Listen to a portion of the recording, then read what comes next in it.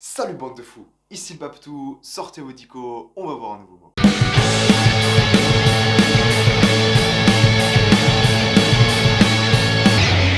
Et bonne année 2022 à tous, j'espère que vos fêtes se sont bien passées et je vous souhaite mes meilleurs vœux. On espère que vous et votre entourage allez bien et surtout la santé. Maintenant que le mois de décembre est terminé, nous allons pouvoir traiter la lettre D. Faire de bonnes transitions est l'une de nos résolutions. La lettre D commence de nombreux mots commençant par D.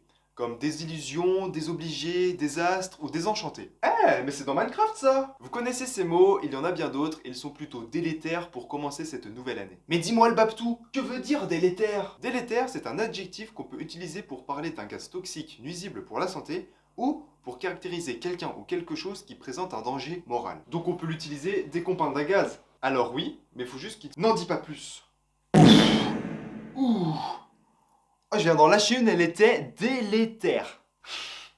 Allez, avoue, elle est drôle. En parlant de ce qui est drôle, tiens, savez-vous ce que veut dire l'adjectif drôlatique? Mais mec, tu suis tellement bien ta résolution. Oui, mais tu sais ce que c'est, hein? Tu te chauffes les 2 premières semaines de janvier, puis après, la flemme, tu connais? Ouais, on parle de toi, là. Alors à tous ceux et celles qui abandonnent leur résolution au bout de 10 jours, je me permets de vous rappeler qu'il existe un nom féminin incroyable qui est détermination. Et comme dit mon coach de vie, et hommage à Chia la Beu.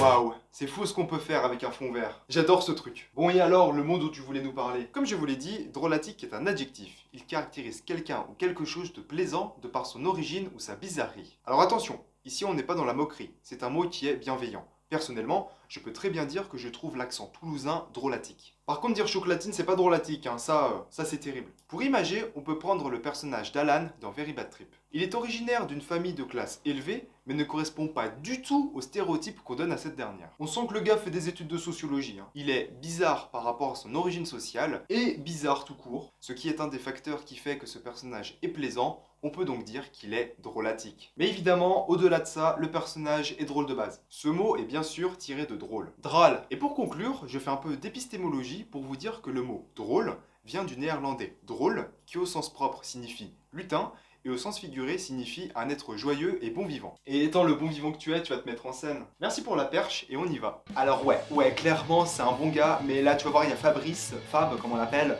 lui il est drôlatique as fuck quoi, franchement c'est une bonne poire. Oh non, mais mon chat qui me réveille à 4h du matin et qui miaule jusqu'à ce que je lui donne à bouffer. Non, mais c'est trop délétère, quoi. Eh, en vrai, mon bonnet, il est pas trop drôlatique, sérieusement? Regardez-le bien.